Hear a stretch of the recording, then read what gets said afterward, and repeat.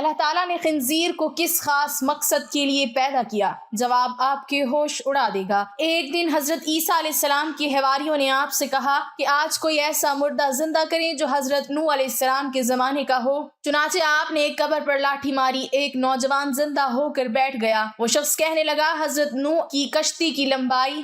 بسم اللہ الرحمن الرحیم۔ اسلام دین فطرت اور ایک مکمل ضابطۂ حیات ہے۔ اس میں زندگی کے ہر عمل کے مطابق رہنمائی موجود ہے۔ اسلام نے سور کا گوشت یا اس سے جڑی کسی بھی چیز کا استعمال مسلمانوں کے لیے حرام قرار دیا ہے۔ پیغمبر اسلام حضرت محمد صلی اللہ علیہ وسلم نے جو بات اللہ تعالیٰ کے احکام کے مطابق 1400 سال قبل بتائی، سائنس اسے آج ثابت کر رہی ہے، اور یہ دین کی سچائی کا نہ صرف ثبوت ہے بلکہ ایمان کی پختگی کا بھی سبب ہے۔ خنزیر اپنے پیشاب اور فضلے کو کھا جاتا ہے۔ اس کے علاوہ یہ غذا کے طور پر ہر چیز کو کھا جاتا ہے۔ گندگی میں پلنے والے کیڑے ہوں یا اس کے ساتھیوں کا گند، زخموں سے رسنے والا خون اور پیپ ہو، یہ سب چیزیں وہ غذا کے طور پر استعمال کرتا ہے۔ کسی بھی دوسرے جانور کے مقابلے میں خنزیر کے گوشت میں زہریلے مادوں کی مقدار زیادہ ہوتی ہے۔ اس کی وجہ یہ ہے کہ وہ غذا میں سے زیادہ مقدار میں زہریلے مادے جذب کرتا ہے۔ اللہ رب العزت جو سارے جہان کا خالق و مالک ہے، اس سے زیادہ اپنی تخلیق کے بارے میں کوئی نہیں جانتا، مگر اب سائنس نے بھی اس بات کو ثابت کیا ہے کہ خنزیر کو پسینہ نہیں آتا۔ اس کی وجہ سے وہ تمام زہریلے مادے جو کہ پسینے کی صورت میں جسم سے خارج ہو سکتے ہیں، وہ خنزیر میں نہیں ہو پاتے،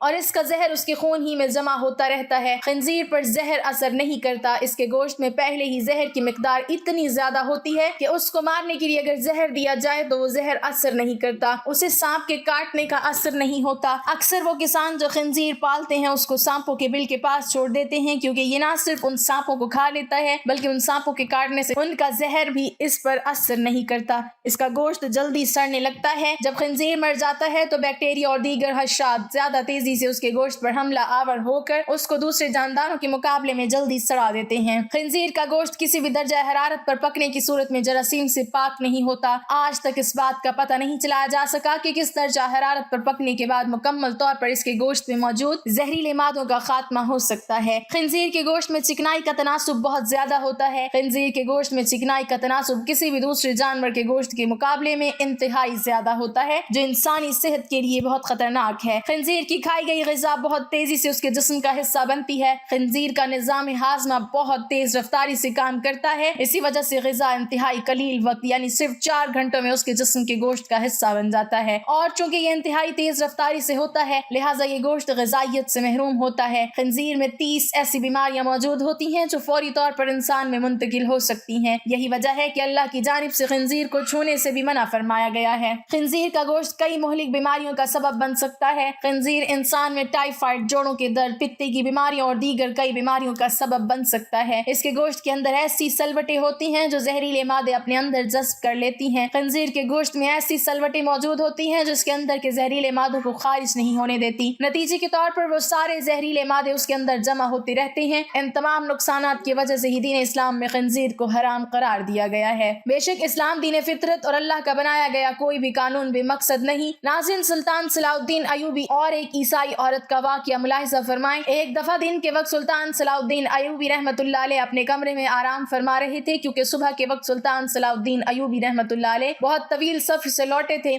چند لمحوں کے بعد ایک سپاہی آپ کے کمرے کے دروازے پر آیا اور اندر آنے کی اجازت چاہی۔ سلطان صلاح الدین ایوبی رحمۃ اللہ علیہ چونکہ آرام فرما رہے تھے لہٰذا اندر سے کوئی جواب نہ آیا۔ دروازے پر مامور محافظوں نے کہا کہ سلطان آرام فرما رہے ہیں لہٰذا آپ تھوڑی دیر بعد آ جانا۔ وہ سپاہی آپ کا بہت وفادار سپاہی تھا، اس کو بلا جھجک محافظوں سے پوچھے بغیر سلطان کے کمرے کے اندر جانے کی اجازت ہوتی تھی، لہٰذا اس نے بھی سلطان کو جگانا مناسب نہ سمجھا اور سلطان کے کمرے کے دروازے کے ساتھ بیٹھ گیا۔ وہ انتظار کرتا رہا کہ جب سلطان صلاح الدین بیدار ہوں گے تو تبھی وہ ان سے ملاقات کرے گا۔ چند لمحے گزرنے کے بعد سلطان صلاح الدین ایوبی کی آنکھیں کھلی تو اندر کی حرکت سے باہر معلوم ہوا کہ سلطان نیند سے بیدار ہو چکے ہیں۔